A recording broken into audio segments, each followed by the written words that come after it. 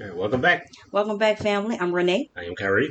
and thank you for hearing us out. Mm-hmm. To all of our longtime subscribers, I cannot thank you enough for sticking around for all of us, for Mm-hmm. all to us, and for all of the many different episodes and different topics that we have discussed, over I guess the past year or so. Mm-hmm.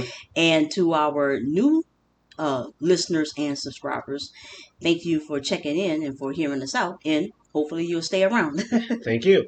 And on the last episode, we began our discussion on redefining some Mm-hmm. things, and Right. you know, the entire point of the last episode was just trying to shift the focus Right. on what it means to actually win. Mm-hmm. This struggle that Right. we're having. Mm-hmm. And so a lot of that episode was just trying to figure out exactly what we were struggling against, Right. and trying to redefine recontextualize the language that we Mm-hmm. use to describe our predicament. Right. You know, because a lot of it, like you said, always boils down to war. We're Mm-hmm. at war, and that means there's only one way to do that. And Right. we talked about that in the last episode, and said we ended on the discussion about reparations and stuff like that. But moreover, was the point about a right and need Mm-hmm. and what is necessarily required Mm-hmm. of us. Once again, how are we supposed to succeed at Mm-hmm. this? How do we actually fix this? Uh-huh. But now, it's in redefining, you know, what all of these things are. We want to take a step back and actually discuss it, why it's not what we think it is. Yes, in a sense that, you know, so much, history and just everyday living we are being bombarded with, and it's Mm-hmm. coming to us. It feels like, you know, a projectile. It's Mm-hmm. coming one way. And so when that happens, you struggle with trying to find, answers to what it is that's actually happening, because it seems as if it's coming to you from one particular way. And so, we have discussed that, you know, for a while, Yeah. trying to, redefine our situation so that we can have a better understanding of what it is that we are attempting to engage, in. And so I would like to introduce, Tim O'Brien, Mm-hmm. to this conversation. He is the author of The Things They Carried. It's one of my, Mm-hmm. favorite books. And I would just, tell you that how I got introduced to Tim O'Brien is I read uh, one of his chapters from the book. It was in an anthology. And when I read that particular chapter in the Which chapter anthology, was it?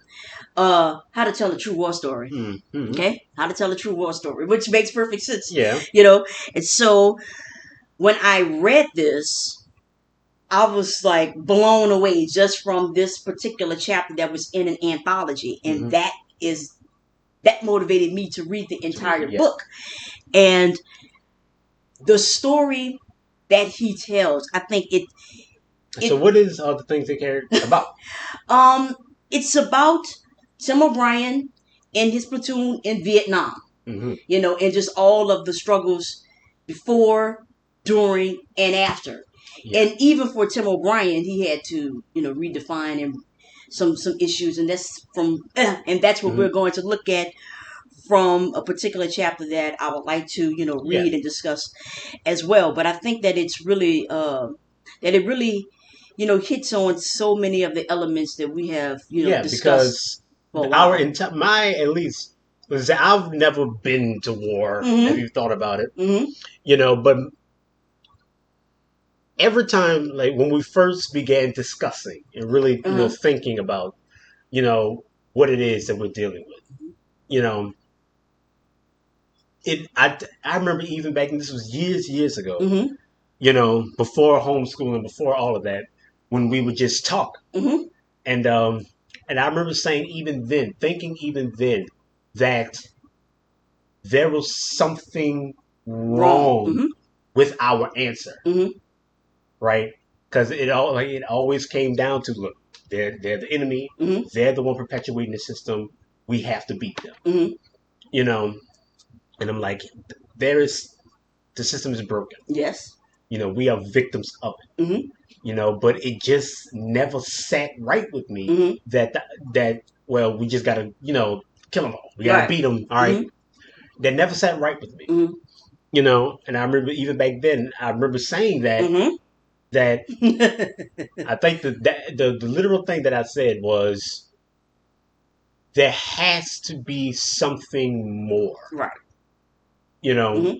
Mm-hmm. And I remember being like, and this is, I remember saying like, they can't just be doing this Uh-huh. because we're black. Mm-hmm.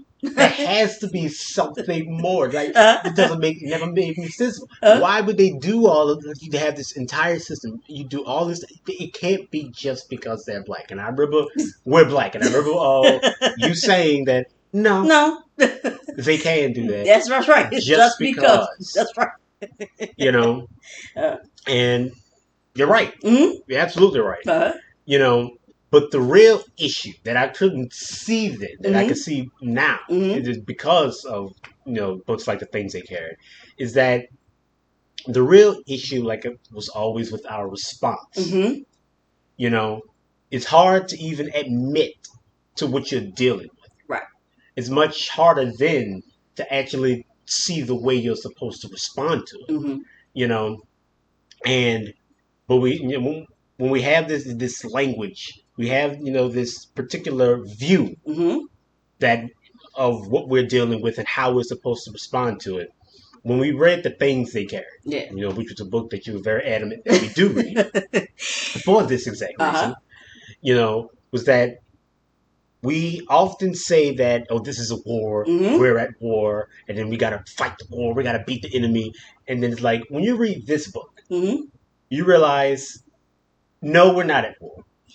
Number I one. guarantee you this much. At least I think Yeah. that you would be a lot more careful In your terminology term, yeah. and how it is that you are, looking and defining the issues that you are, engaging in. Yeah, because Okay. a lot of our early discussions Mm-hmm. during homeschooling was the words we used to Mm-hmm. describe. Because I remember uh, we got into this discussion about slavery, Mm-hmm. and you said one of the things that annoyed you a lot Yeah. was that how frequently and or liberally Mm-hmm. we use that term slavery nowadays. Yeah. Yeah. Mm-hmm.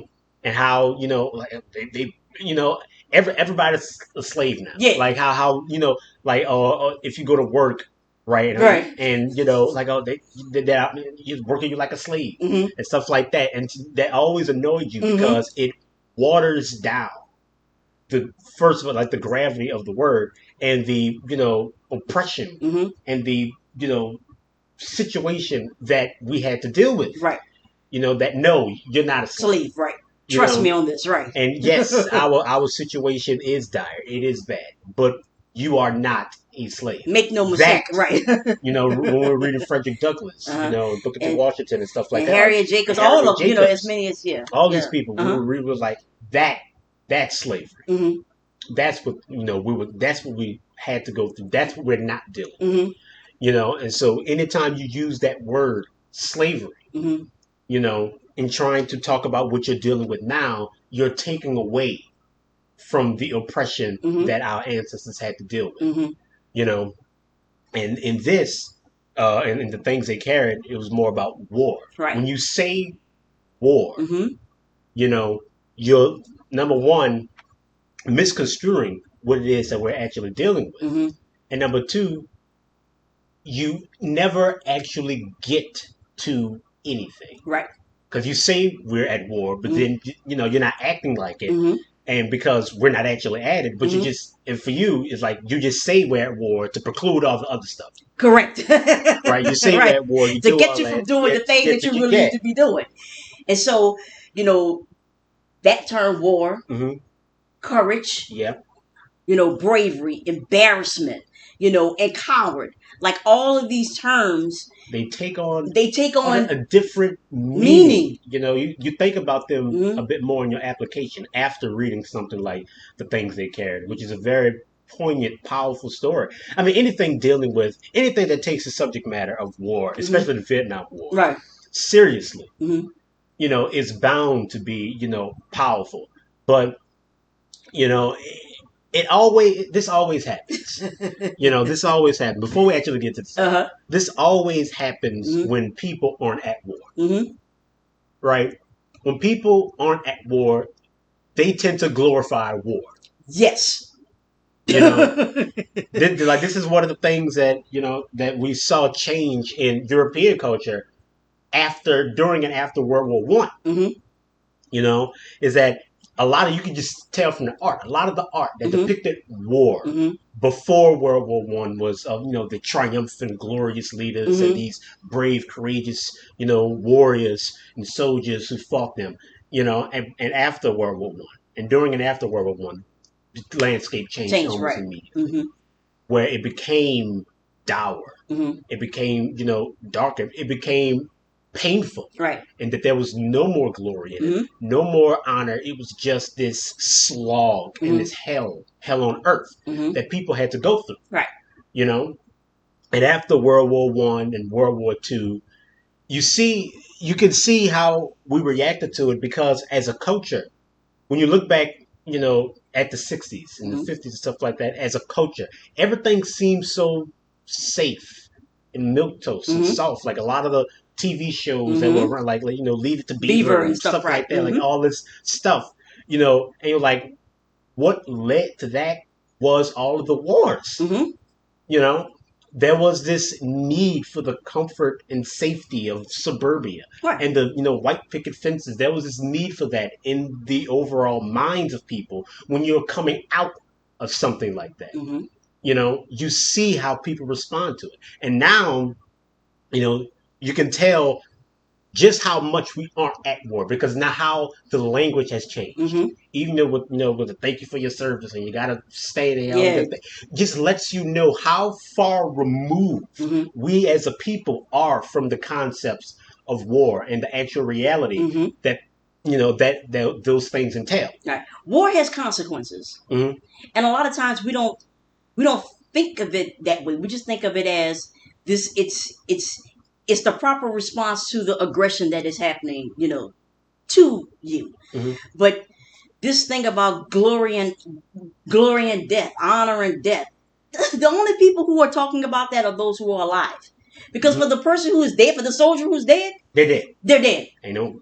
There's, and so you can write it up any kind of way you want to, but it doesn't change the fact that that man is now dead or Hmm. that woman is now dead. And so I think with Tim O'Brien, he tries to, create this reality for us so that we can get serious about our decision, Hmm. to even tip our, finger into the waters of war Hmm. and what that really means. And for someone, who has actually gone to war, okay, because he Hmm. was in Vietnam. Yeah. I'm like, do you all like ever really talk to folk who have been in a Vietnam Hmm. or even in Iraq? Yeah. Talk to them. Like, have you ever read the letters from soldiers from pick a war? Hmm. Actually, pick a war. Have you ever read those letters? You know, these stories. Look, the glory goes out the window as soon as you touch down in Vietnam or wherever Hmm. it was. There It doesn't was take long it doesn't. for Yes, the illusion to shatter. yes. It comes and you're trying to understand. Well, why are we even here in the first place? What are we doing? Hmm. And so this chapter, the Rainy River, Which is I the one think, particular yeah, this one chapter. particular chapter, I think encapsulates, Yeah. a lot of that. And, this is the book that got me fired. Hmm. It's two books. This is two books, that got me, fired recently for my last, Hmm. you know, uh, my last gig. And come to find out, every time we turn around when I'm leaving a school or getting, released from a school, it's behind some book Behind that the book. behind a book that I want my students to read, or I have them to read it, and then the principal or whatever There's finds always some out, controversy. there's always some So controversy. yeah. So this So is that's enough with the preamble. right. Let's That's just get enough, right. into it. So this time I will be reading, Yeah. On the Rainy River by Tim O'Brien. Okay. This one story I've never told before. Not to anyone. Not to my parents. Not to my brother or sister. Not to even my wife. To get into it, I've always thought would only cause embarrassment for all of us. A sudden need to be elsewhere, which is the natural response to a confession. Even now, I'll admit, the story makes me squirm. For more than 20 years, I've had to live with it, feeling the shame, trying to push it away. And by this act of remembrance, by putting the facts down on paper, I'm hoping to relieve at least some of the pressure on my dreams. Still, it's a hard story to tell. All of us, I suppose, like to believe that in a moral emergency we will behave like the heroes of our youth, bravely and forthrightly, without thought of personal loss or discredit. Certainly that was my conviction back in the summer of 1968. Tim O'Brien, a secret hero, the Lone Ranger. If the stakes ever became high enough, if the evil were evil enough, if the good were good enough, I would simply tap a secret reservoir of courage that had been accumulating inside me over the years. Courage, I seem to think, comes to us in finite quantities, like an inheritance. And by being frugal and stashing it away and letting it earn interest, we steadily increase our moral capital in preparation for that day where the account must be drawn down. It was a comforting theory. It dispensed with all those bothersome little acts of daily courage. It offered hope and grace to the repetitive coward. It justified the past while immortalizing the future. In June of 1968, a month after graduating from Malacaster College, I was drafted to fight a war I hated. I was 21 years old, young, yes, and politically naive. But even so, the American war in Vietnam seemed to me wrong. Certain blood was being shed for the uncertain reasons. I saw no unity of purpose, no consensus on matters of philosophy or history or law. The very facts were shrouded in uncertainty.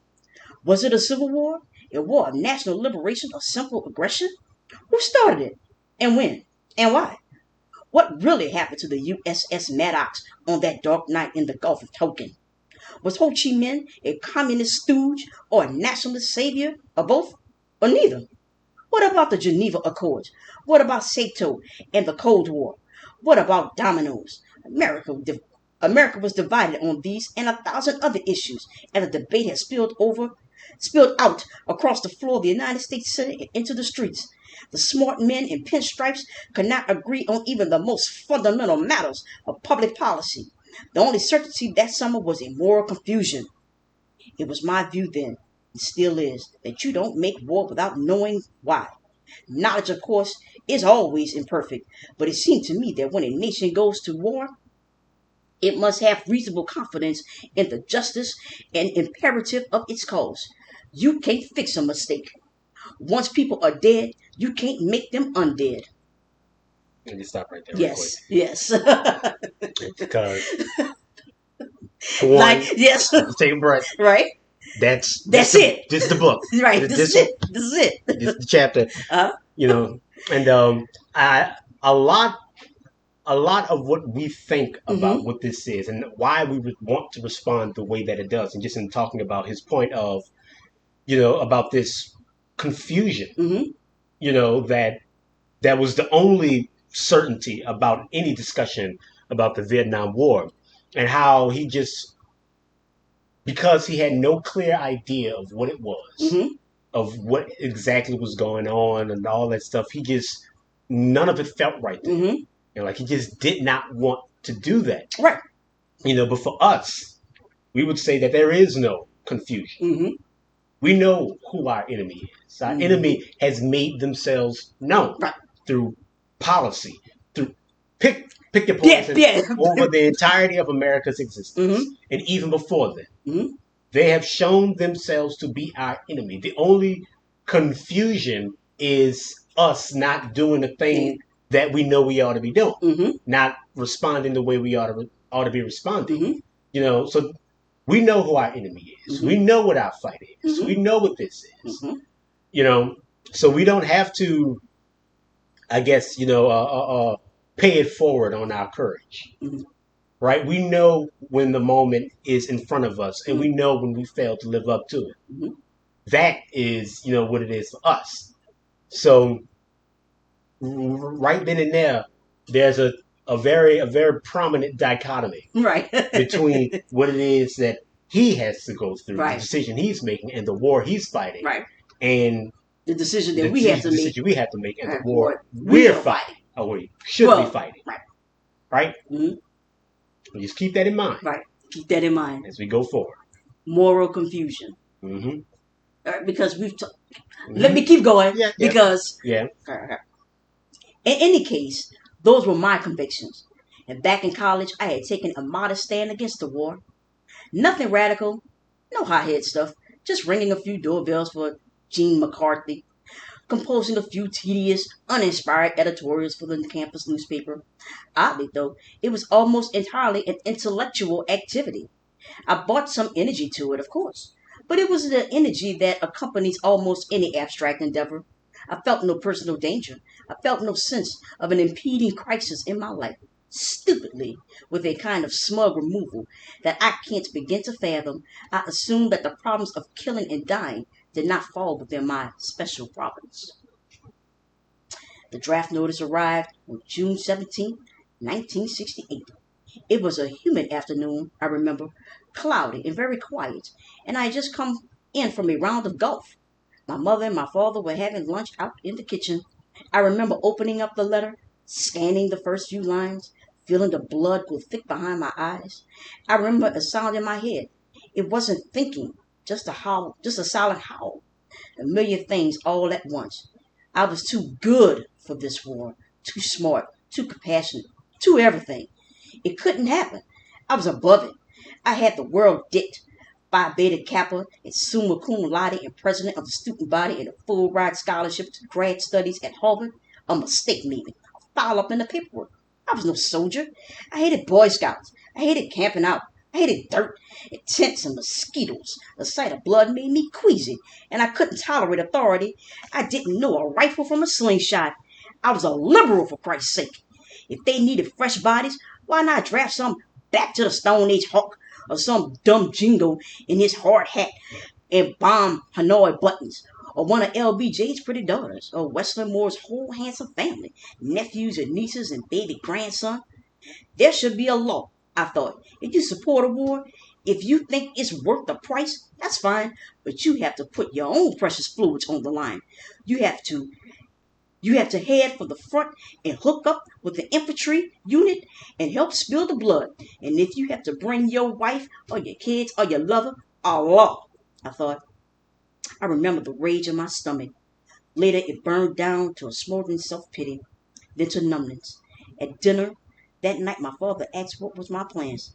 Nothing, I said. Wait. I spent the summer of 1968 working at an armor meat packing plant in my hometown of Worthington, Minnesota. The plant specialized in pork products, and for 8 hours a day I stood on a quarter-mile assembly line, more properly, a disassembly line, removing blood clots from the necks of dead pigs. My job title, I believe, was declotter. After slaughter, the hog was decapitated, split down the length of his belly, pried open, eviscerated, and strung up by the hind hocks on a high conveyor belt. Then gravity took over.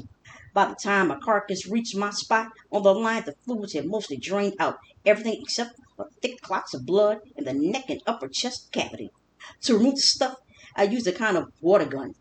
The machine was heavy, maybe 80 pounds, and was suspended from the ceiling by a heavy rubber cord.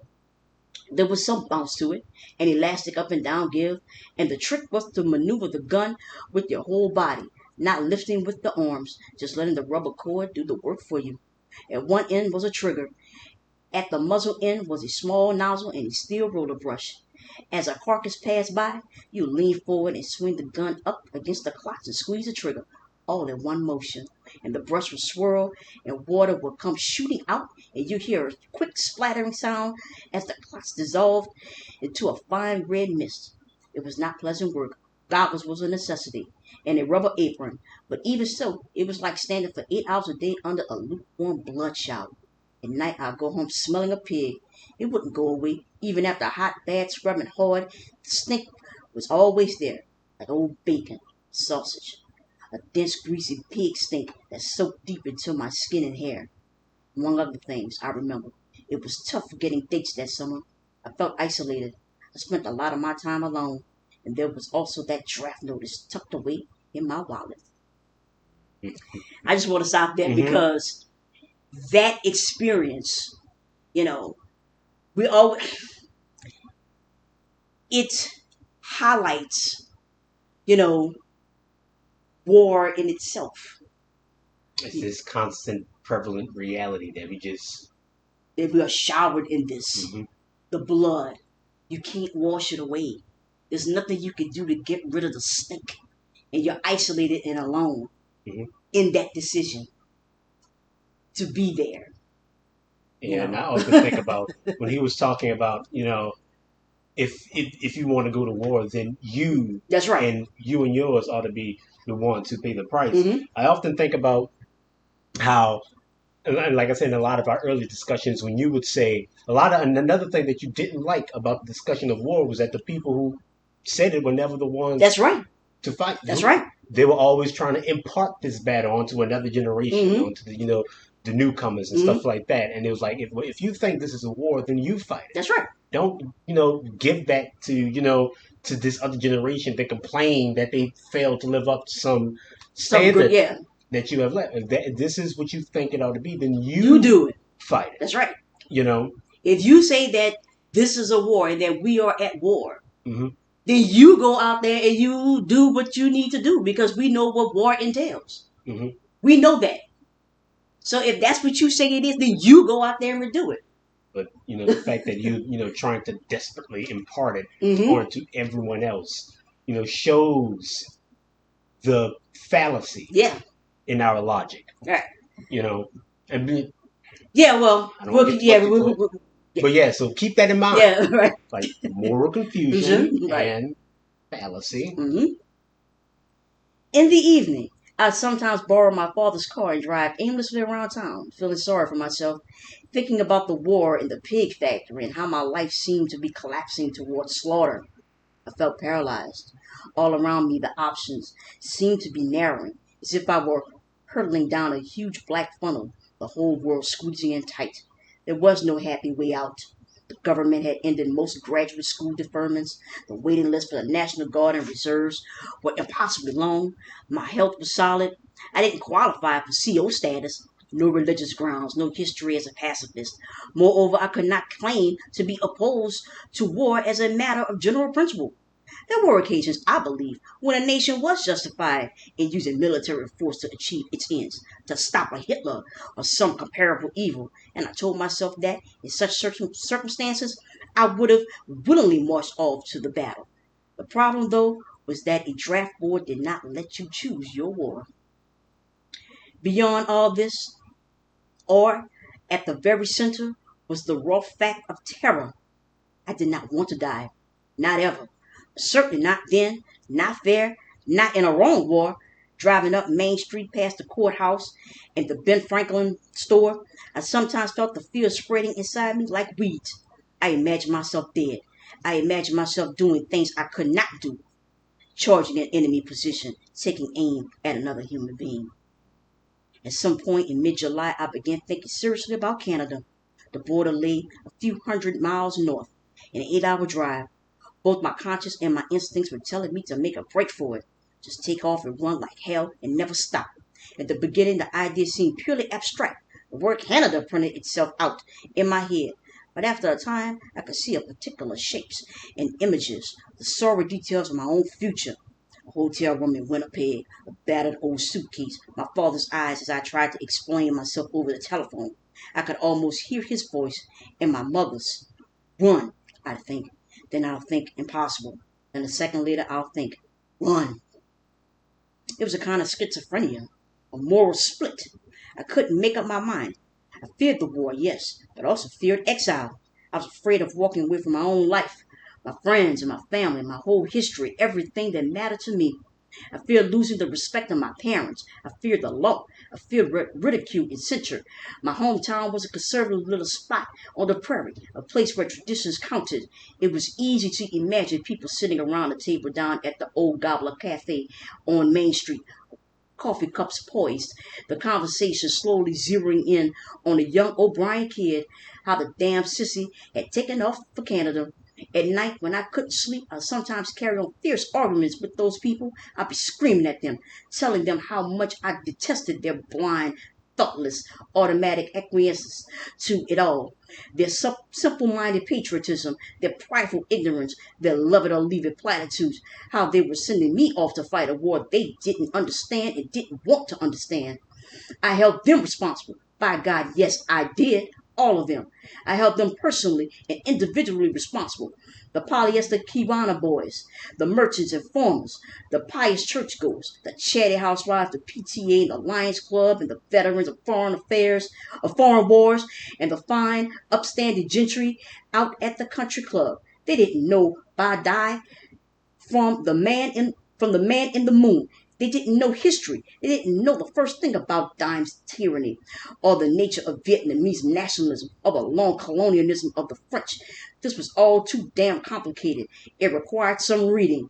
But no matter. It was a war to stop the communists, plain and simple, which was how they liked things.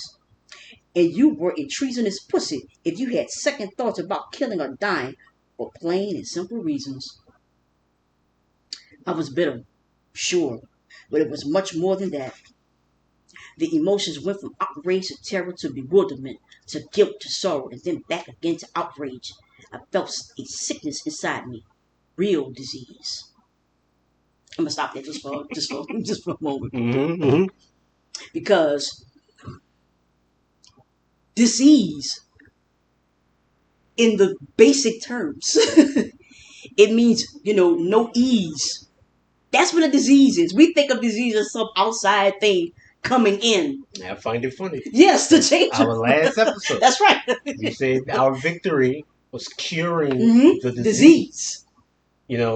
And that interminable That's despair, right. that black hole, that's within you, right? Of that pit that is just sapping away his. The thing, like early on, he'd say like he had the schizophrenia. He didn't know what he wanted to do. I would say that he knew exactly what he wanted to do. Right.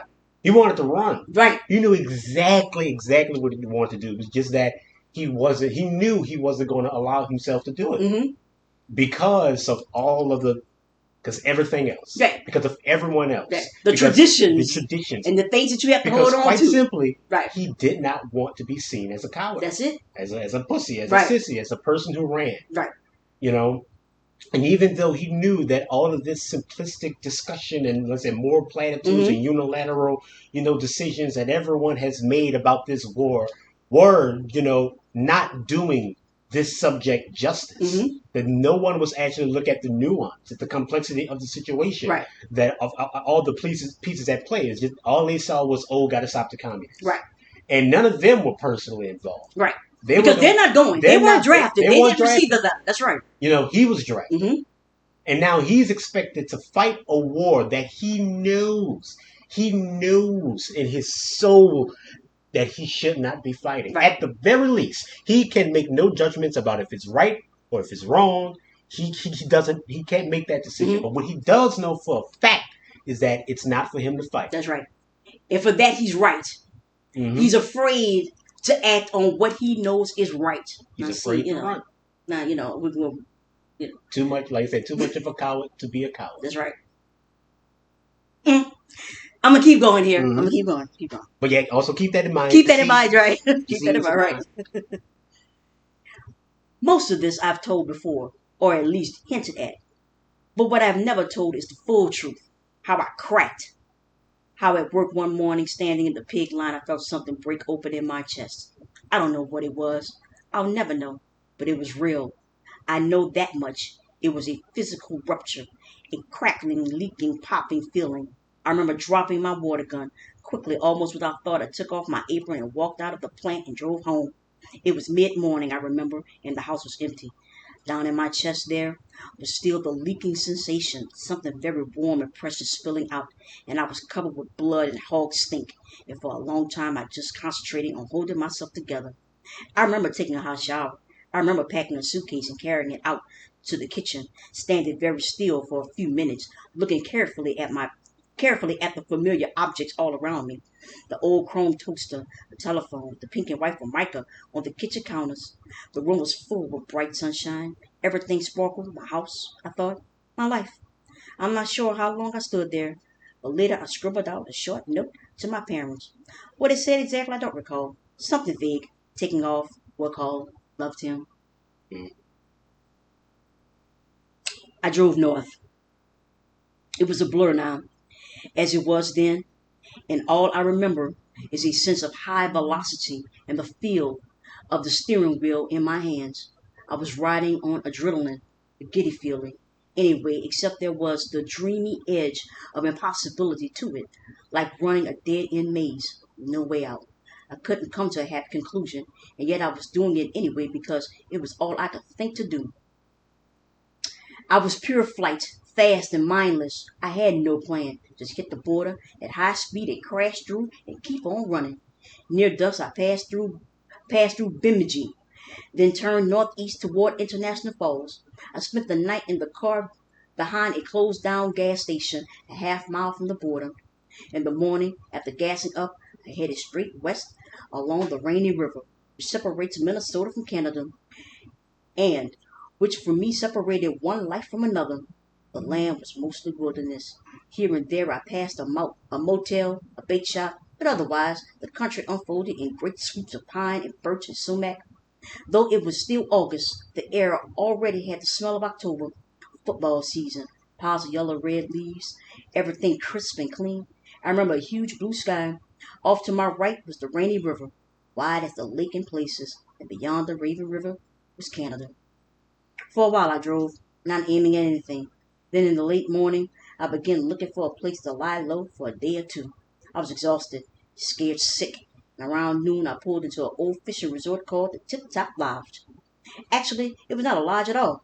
Just 8 or 9 tiny yellow cabins clustered on a peninsula that jutted northward into the Rainy River. The place was in sorry shape. There was a dangerous wooden dock, an old man-on tank, a flimsy tar paper boathouse along the shore. The main building, which stood in a cluster of pines on high ground, seemed to lean heavily to one side, like a cripple, the roof sagging toward Canada. Briefly, I thought about turning around, just giving up. But then I got out of the car and walked up to the front porch. The man who opened the door that day is the hero of my life. How do I say this without sounding sappy? Blurted out. The man saved me. He offered exactly what I needed without question, without any words at all. He took me in. He was there at the critical time, a silent, watchful presence. 6 days later, when it ended, I was unable to find a proper way to thank him, and I never have. So, if nothing else, this story represents a small gesture of gratitude, 20 years overdue. Even after 2 decades, I can close my eyes and return to that porch at the Tip Top Lodge. I can see the old guy staring at me.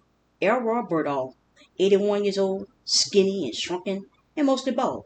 He wore a flannel shirt and brown work pants. In one hand, I remember he carried a green apple, a small paring knife in the other.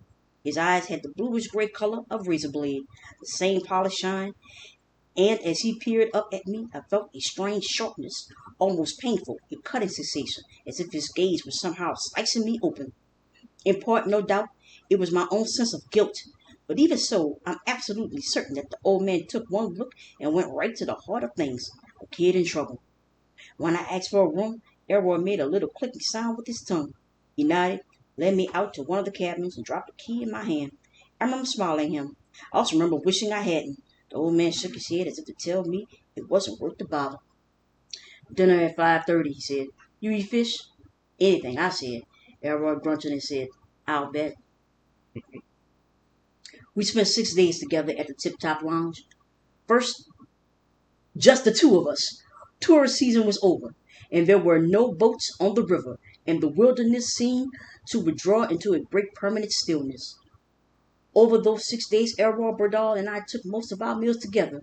In the morning, we sometimes went out on long hikes into the woods, and at night we played Scrabble, or listened to records, or sat reading in front of his big stone fireplace. At times, I felt the awkwardness of an intruder, but Elroy accepted me into his quiet routine without fuss or ceremony. He took my presence for granted, the same way he might have sheltered a stray cat. No wasted sighs or pity, and there was never any talk about it, just the opposite. What I remember more than anything is the man's willful, almost ferocious silence. In all that time together, all those hours, he never asked the obvious question: why was I there? Why alone? Why so preoccupied? If Elroy was curious about any of this, he was careful never to put it into words. My hunch, though, is that he already knew, at least the basics. After all, it was 1968. Guys were burning draft cards, and Canada was just a boat ride away. Errol Barhol was no hick. His bedroom, I remember, was cluttered with books and newspapers. He killed me at the Scrabble board, barely concentrating, and on those occasions when speech was necessary, he had a way of compressing large thoughts into small, cryptic packets of language.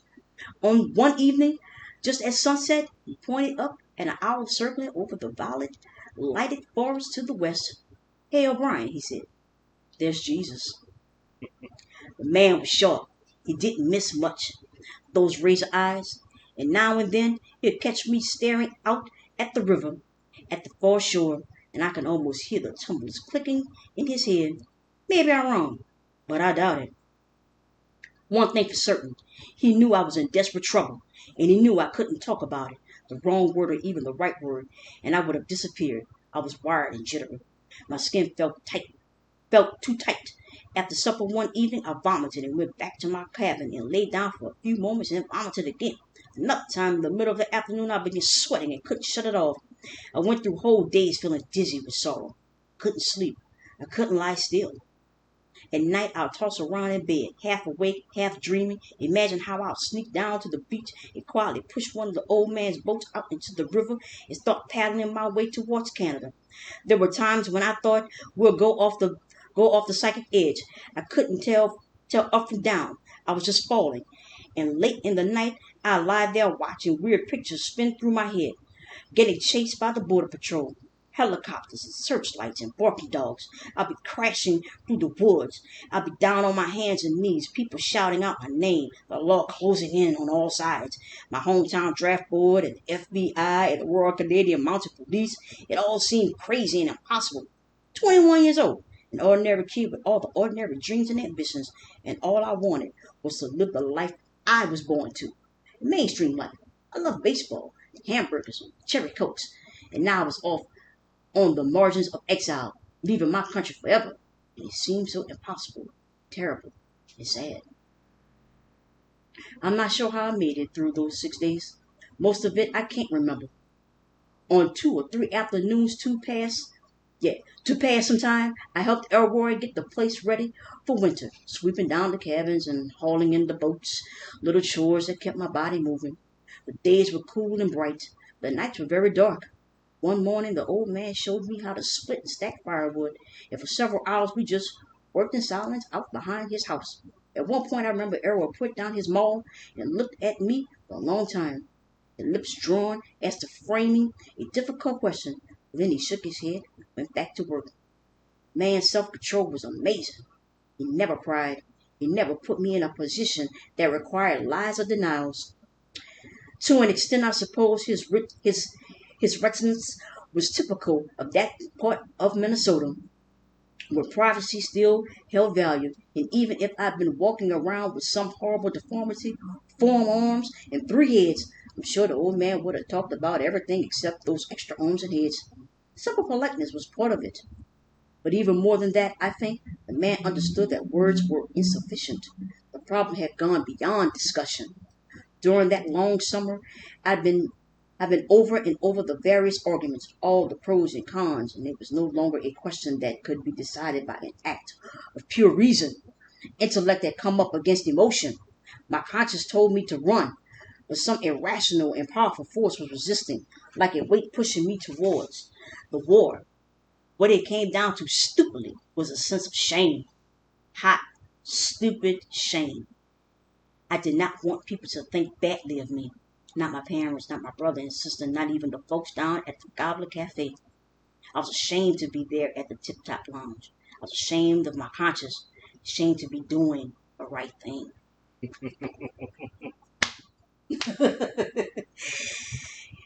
That's where we are in so many of our decisions. Mm-hmm. We know that we are right, but we are so ashamed of being right, Mm-hmm. of doing what is right, because of the cost that we think that's involved in doing right.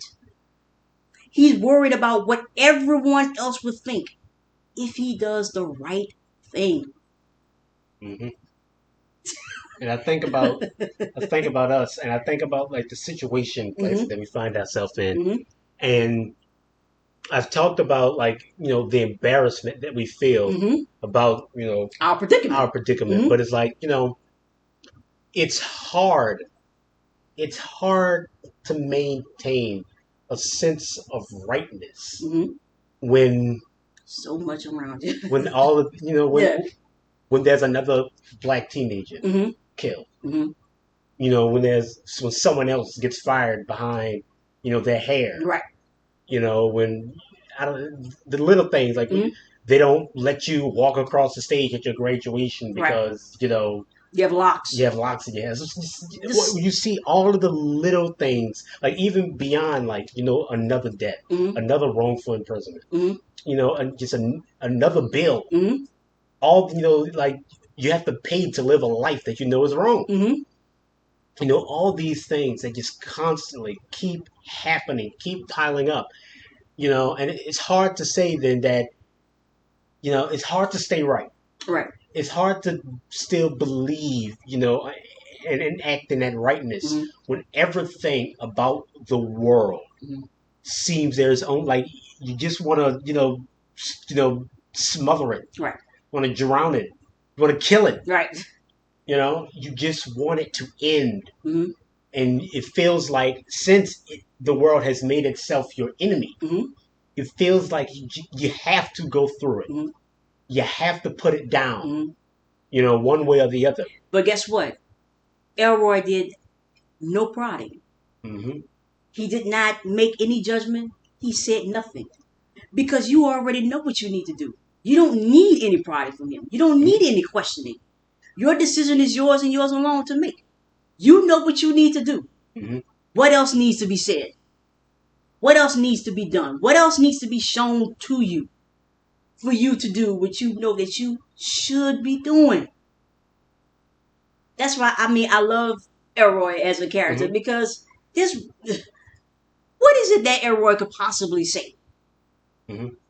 That's nothing. And like Tim O'Brien Right. says himself that Mm-hmm. this isn't a intellectual Actual discussion. That's right.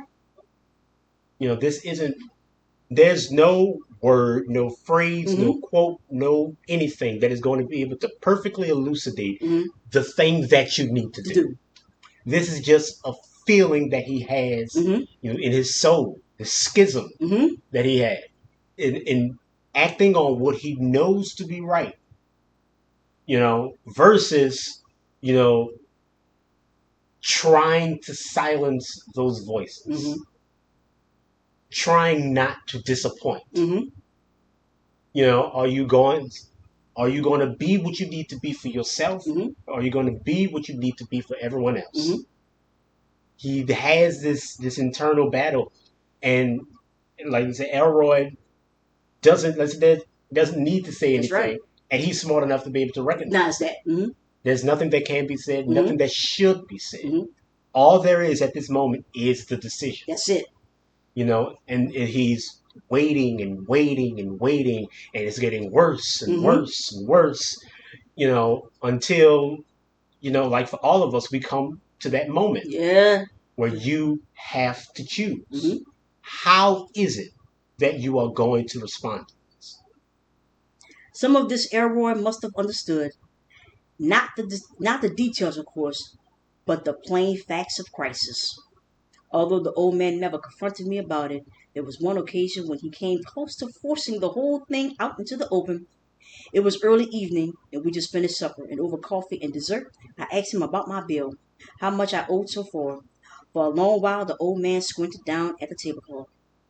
Well, the basic rate, he said, is $50 a night, not counting meals. That makes 4 nights, right? I nodded. He had 312. I had $312 in my wallet. Elroy kept his eyes on the tablecloth. Now that's a one. That's an on-season price. To be fair, I suppose we should knock it down a peg or two. He leaned back in his chair. What is a reasonable number? You figured. I don't know. I said 40. 40's good. 40 a night. Then we tack on food. Say another 100. 260 total. I guess. He raised his eyebrows. Too much? No, that's fair. It's fine. Tomorrow, though, I think I better take off tomorrow. Errol shrugged and began clearing the table. For a time he fussed with the dishes, whistling to himself as if the subject had been settled. After a second, he slapped his hands together. You know what we forget? He said. We forgot wages. Those odd jobs you done. What we have to do? We have to figure out what your time's worth. Your last job. How much did you pull in the hour? Not enough, I said. A bad one? Yes, pretty bad. Slowly then, without intending any long sermons, I told him about my days at the pig plant. I began as a straight re- I begin it began as a straight recitation of the facts. But before I could stop myself, I was talking about the blood clots and the water gun and how the smell had soaked into my skin and how I couldn't wash it away. I went on for a long time. I told him about wild hogs squealing in my dreams, the sounds of butchery, slaughterhouse sounds, and how I would sometimes wake up and how I'd sometimes wake up with that greasy pig stink in my throat. When I was finished, everyone nodded at me. Well, to be honest, he said, when you first showed up here, I wondered about all that. The aroma, I mean, smelled like you was awful damn fond of pork chops. The old man almost smiled. He made a snuffling sound, then sat down with a pencil and a piece of paper. So, what this crud job pay? $10 an hour? 15? Less. Errol shook his head. Let's make it 15. You put in 25 hours here. Easy. There's $375 total wages. We subtract the 260 for food and lodging. I still owe you 115. He took he took four he took 450s out of his shirt pocket and laid them on the table. Call leave it, he said. No, pick it up. Get yourself a haircut. The money lay on the table for the rest of the evening. It was still there when I went back to my cabin. In the morning, though, I found an envelope tacked to my door. Inside, there were the 450s and a two-word note that said emergency fund. The man knew. Looking back after 20 years, I sometimes wondered if the events of that summer didn't happen in some other dimension, a place where your life exists before you've lived it, and where it goes afterward. None of it ever seemed real. During my time at the Tip Top Lodge, I had the feeling that I had slipped out of my own skin, hovering a few feet away, while some poor yo-yo with my name and face tried to make his way toward a future he didn't understand and didn't want. Even now, I can see myself as I was then. It's like watching an old home movie. I'm young and tan and fit. I've got hair, lots of it. I smoke or drink. I don't smoke or drink. I'm wearing faded blue jeans and a white polo shirt. I can see myself sitting on Elroy's Birdall's dock near dusk one evening, the sky a bright shimmering pink, and I'm finishing up a letter to my parents that tells what I'm about to do and why I'm doing it and how sorry I am that I've never found the courage to talk to them about it. I asked them not to be angry. I try to explain some of my feelings, but there aren't enough words. And so I just say that it's a thing that has to be done. And at the end of the letter, I talked about the vacations we used to take up in this North Country at a place called Whitefish Lake and how the scenery here reminds me of those good times. I tell them I'm fine. I tell them I'll write them again from Winnipeg or Montreal or wherever I end up. On my last full day, the sixth day, the old man took me out fishing on the rainy river. The afternoon was sunny and cold. A brief, a stiff breeze came in from the north, and I remember how the little 14-foot boat made sharp rocking motions as we pushed off from the dock. The current was fast. All around us, I remember, there was a vastness to the world, an unpeopled rawness, just the trees and the sky and the water reaching out towards nowhere. The air had the brittle scent of October. For 10 or 15 minutes, Elroy held a course upstream, the river choppy and silver gray. Then he turned straight north and put the engine on full throttle. I felt the bow lift beneath me. I remembered the wind in my ears, the sound of the old outboard Evinrude. For a time, I didn't pay attention to anything, just feeling the cold spray against my face. But then it occurred to me that at some point we must have passed into Canadian waters, across that dotted line between two different worlds. I remember a sudden tightness in my chest as I looked up and watched the far shore come at me. This wasn't a daydream. It was tangible and real. As we came in toward land, Elroy cut the engine, letting the boat fishtail lightly about 20 yards offshore. The old man didn't look at me or speak. Bending down, he opened up his tackle box and busied himself with the bobber and a piece of wire leader, humming to himself, his eyes down. It struck me then that he must have planned it.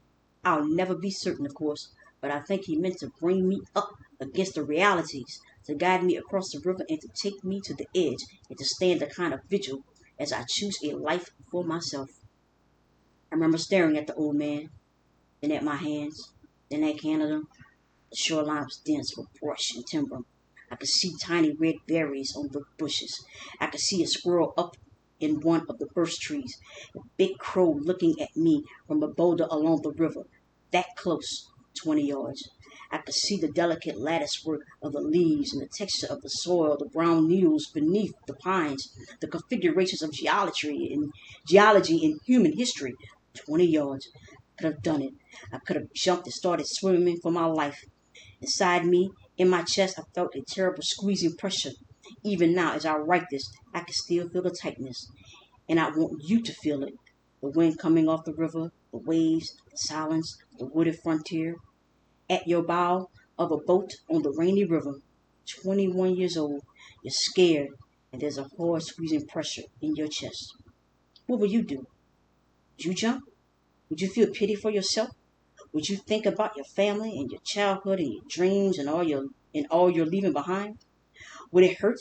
Would it feel like dying? Would you cry, as I did? I tried to swallow it back. I tried to smile, except I was crying. Now perhaps you can understand why I never told this story before. It's not just the embarrassment of tears. That's part of it, no doubt.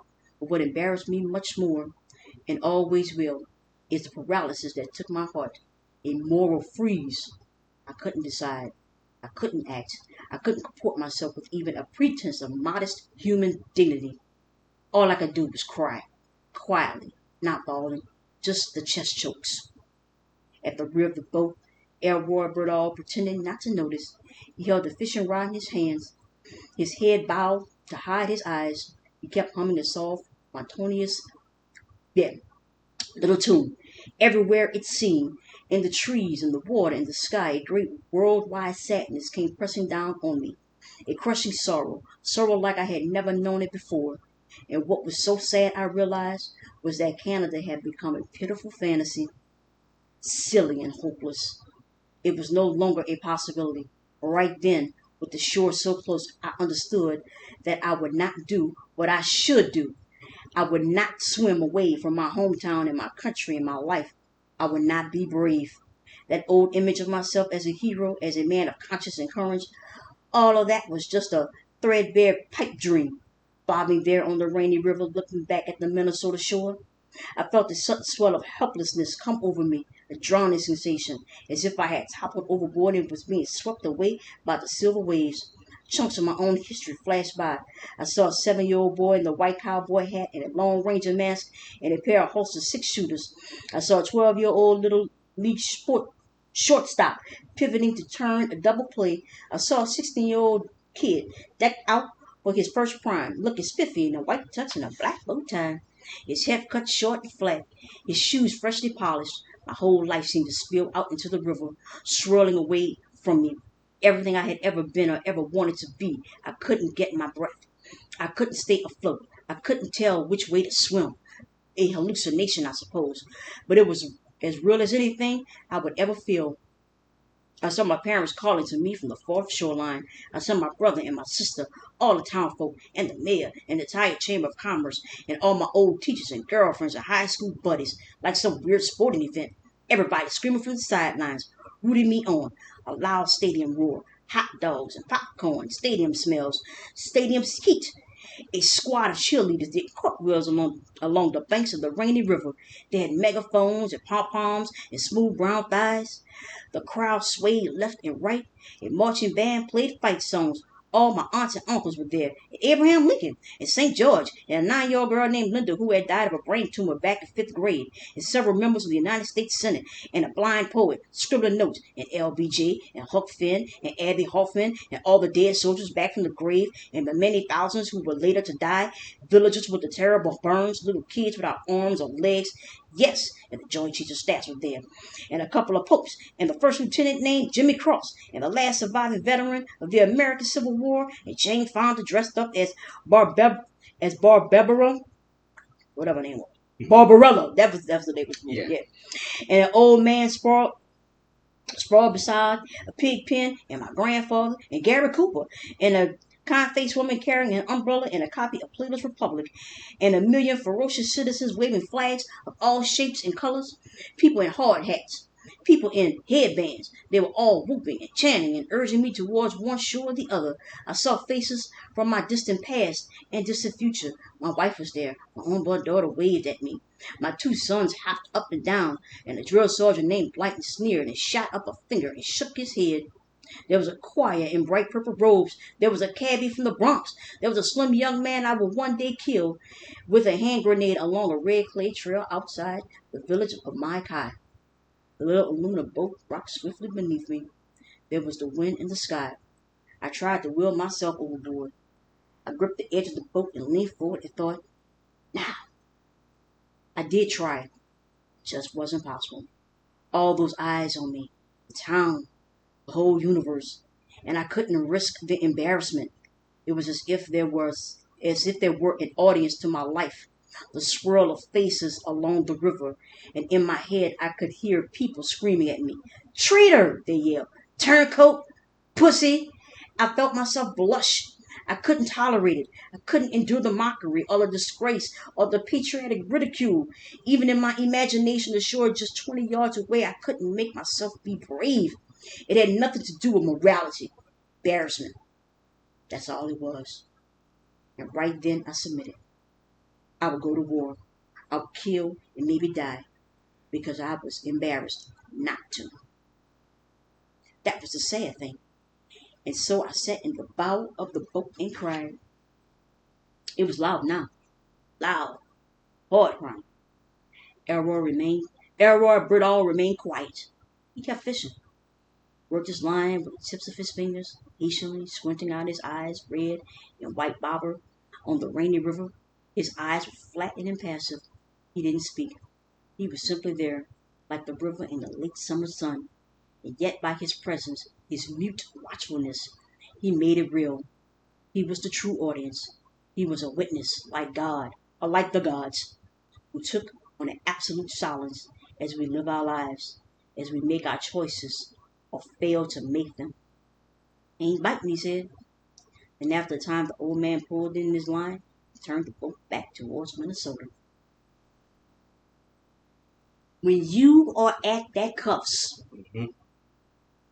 when you are brought to your choice, to that moment when you have to choose, are you going to be brave? Or are you going to be a coward and do what you know? Will you be brave enough to be a coward? Yeah. He sees this is Yes, this is I my love favorite that. chapter Yes, in right, the whole book. right. I said, but he sees everyone that he has ever known In his life, that right. he knows of. Oh, right. He just sees them all. Mm-hmm. He sees the people, the person he's going to become, the Mhm. person he was, the things he's going to have. Mhm. He sees Abraham Lincoln, Right. Jane Fonda. He Right. sees everything. Mhm. All of these people, and telling him Mhm. that he's a coward Yep. for running, that he's a pussy, Mhm. he's a traitor, he's a Mhm. turncoat. He hears all their voices. He hears all their judgments. Mm-hmm. And he Mm-hmm. knows that all that courage that that he thought that he had. That's right. And he thought that he Yeah, had in his little bank, when I said right? in his bank account, when he ignored all those moments early on in Mm-hmm. his life, Mm-hmm. all those little Mm-hmm. moments, you know, that he thought that he was just holding it in for this moment. He was holding it in just right here Right. where he can choose to live. That one decision Mm-hmm. to choose to live. That's all he has to do is just get out 20 yards. Yep. And I love how he described everything. Mm-hmm. Like he was so acutely aware of the berries and how Mm-hmm. everything was placed. Like everything was coming to a head for him. He could see clearly. He could see the things that weren't even there. Mm-hmm. He heard things and saw things that weren't there. All of that clouded what was inside him, which we knew was right. He felt in his soul. He forgot himself. That's right. Like I said, 1984. 19, As long, yeah. it says, as long as you know, Mm-hmm. as long as you know for a certainty that 2 + 2 = 4, Right. society will never be able to dominate you. Right. He knew, when we said early on, the one thing he knew was that this was not his war to fight. That's right. He knew he should have ran. Mm-hmm. He knows it even now when Yeah. he's writing it. He knows Mm-hmm. that this is not the life he was supposed to have. Right. Well, what does he do? I would go to war. I would kill and maybe die because I was embarrassed not to. Embarrassed not to. Come on. Not to be right. Yep. I said, this is, finish it. Yeah. Yeah, let's finish it. Okay. Mm-hmm. I don't remember saying goodbye. The last night we had dinner together and I went to bed early. In the morning, Elroy fixed breakfast for me. When I told him I'll be leaving, the old man nodded as if he already knew. He looked down at the table and smiled. At some point later in the morning, it's possible that we shook hands. I just don't remember. But I do know that by the time I finished packing, the old man had disappeared around noon. When I took my suitcase out of the car, I noticed that the old black pickup truck was no longer parked in front of the house. I went inside and waited for a while, but I felt a bone certainty that he wouldn't be back. Anyway, I thought it was appropriate. I washed up the breakfast dishes, left his $200 on the kitchen counter, got into the car, and drove south toward home. The day was cloudy. I passed through towns with familiar names, through the pine forest and down to the prairie, and then to Vietnam, where I was a soldier, and then home again. I survived, but it's not a happy ending. I was a coward. I went to the war. That I want to just say here Mm-hmm. that this is a fiction story. Yes, and by the way, when this book was first published, when Tim O'Brien first, wrote the book and first published the book, there used to be a disclaimer Mm-hmm. that he had to put in the book because of the story that he tells. And it's the same type of disclaimer. If some of you all may be familiar with Claude McKay, Mm-hmm. he's a writer. He's known through the Harlem Renaissance, and he used to write poems, different sonnets, different poems, and there used to be a disclaimer with all of his poems, Mm-hmm. and the government used to come, Mm-hmm. y'all know the government, okay? Yeah. And so he used to put the disclaimer in about, I'm not talking bad about America, something, some type of little disclaimer he had to put in when he first. So he wouldn't be black bagged and Right. shipped off somewhere. Right. And so this is the same thing that happened with Tim O'Brien, Mm-hmm. that when he wrote his book, he had to put a disclaimer in that, this is, fiction. This is a work of fiction, and I'm not talking bad about whatever it was. And I told you, I actually had a copy Mm-hmm. of that particular book, because now when you get Tim O'Brien, that disclaimer is no longer in there. Yeah. But I used to have the book that had the actual disclaimer, and I'm here to tell you, if you were to ever sit down and read the things they carry, and there were a lot of men from Vietnam who Mm-hmm. read this book, and It resonated. As far as they are concerned, this is a true story. This is the things they this carry. is the things they carry. This is not. Mhm. Okay. It's Yeah, fiction, but yes, it's that's not what I'm saying. right. That So I just want to preface. yeah. This is a work of fiction, but Hmm. like I said before, that like even with Dune and stuff like that, it's one of those Hmm. stories that is truer Right. than the thing that it's talking about, Right. than the world that it's reflecting. Right. There's a truth in this story, in Hmm. this book, that is just undeniable Deniable. Hmm. once you read it. Hmm. You know, and the truth of this particular chapter, like I said, that's my favorite chapter in the Hmm. whole story. Like your favorite chapter is I love on the yeah, Rain River because I told you it's such a gut wrenching, but the chapter that just resonated with me and got me to even read the entire yeah, book is How to Tell a True yeah. Monster. I mean, Which look, it is phenomenal. there's no part of this Right, book book that's that not. isn't amazing. Yeah. But I just I always pick because this is the one because I've talked before about Hmm. how I'm a coward. Right. Like this is where I get that from. Uh-huh. Is that he was let's say it wasn't a moral decision. Right. There was no right or wrong here. Hmm. There was let's say no intellectual axiom, no nothing, Hmm. just this feeling, Hmm. you know, and he was brought to that moment, Hmm. brought to that moment by his patron, That's his right. God, That's right. God That's himself right. God Himself brought you to the moment. brought What would him you to do? that moment That's right. and just sat And and witnessed and didn't that's say a anything. word. Ooh, And don't we you know have this? yeah, That's right. Don't we know and this? now You you have have to to. That's you have right. to choose. Hmm. Are you brave enough to be a coward? Hmm. Will you run? Hmm. Will you be right? Will you be right? Will you be right? And will you? He said he was already at war. That's yeah. He was already Yeah. like I said, war is compromise. Hmm. It forces you to compromise yourself. It forces you to compromise what you know. Hmm. And that's why he was there. Right. That's why because he was at war with himself. Hmm. He was at war with what he knows himself to be, Hmm. and what society needs him to be in that Hmm. moment. Yeah, because oftentimes we think of it as this courage and that we Hmm. could just go into this bank of courage and at any time, we're going to rise up to the moment how, Rise to the yeah, occasion. rise to the occasion. But And the aesthetic is the always aesthetic, that yes. like you would think that rising to the occasion would be going But to to war. war, right, That's what we always think. right. Like I said, it limits us. Hmm. That's what we think the battle is. Right. No, that's not the battle. Hmm. If you're doing that, that means you've lost. Yeah. The real war, the real fight, Hmm.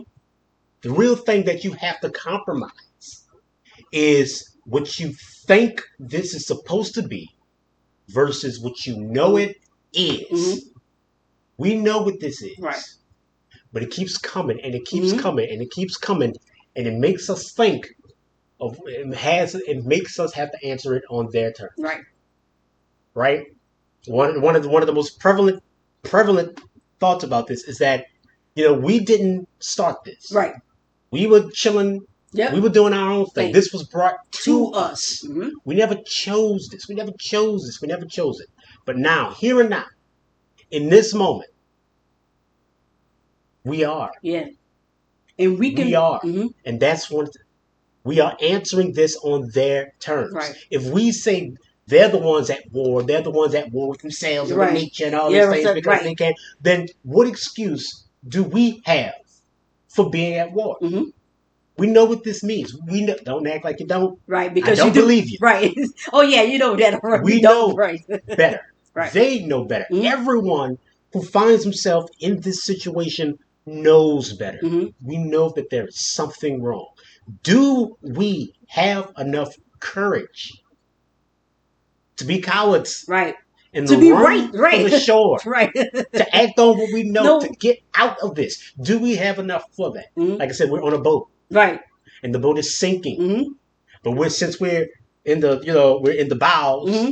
and they're on top, Yeah, they're on the deck. Right. they're on the deck. We feel like we need to stop them. We need to Mhm. get to the deck. We need to kill them. We need Mhm. to get on top of the deck. They won't let us on top of the deck. We need to get on top of the deck. the whole ship is sinking. Right. And it doesn't matter where you are, you're going to drown. Mm-hmm. The decision is not whether you're going to drown first or last. Right. The decision is, do you have what it takes to learn how to swim? Right. To get out of it. Right. You have to adapt. Mm-hmm. The ship will not save you. The deck will not save you. Right. You have to learn something else. Mm-hmm. It's a different fight you're fighting. You're not fighting the ship. You're not fighting the deck. You're fighting the ocean. Right. Do you have what it takes to survive that? That's the enemy. That's the true battle here. Mm-hmm. The thing is that we're so caught up in where we are. Mm-hmm. We're so caught up in the fact that they are antagonizing us. Right. Constantly antagonizing. Like, it's not like we're not suffering. It's not like they are not making themselves to be our enemy. And I'm not trying to create a monolith here. Right. I'm not saying all white people. I'm saying the people who put themselves on the other side of this discussion. Mm-hmm. The people who put themselves on that side. Right.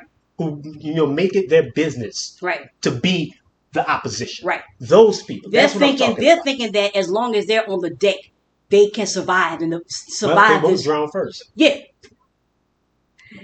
And that's what we're thinking. Right. Because we're kept at the bottom. Mm-hmm. But this ship, it is sinking. Ship is sinking. It's taking in and water. It's going to take all of us. Like I said, it doesn't matter where you go. You can go to Mars. You can go to Venus. You can escape. It won't stop the fact that the ocean is rising. Mm-hmm. And it doesn't matter where you go. It will claim you. Right.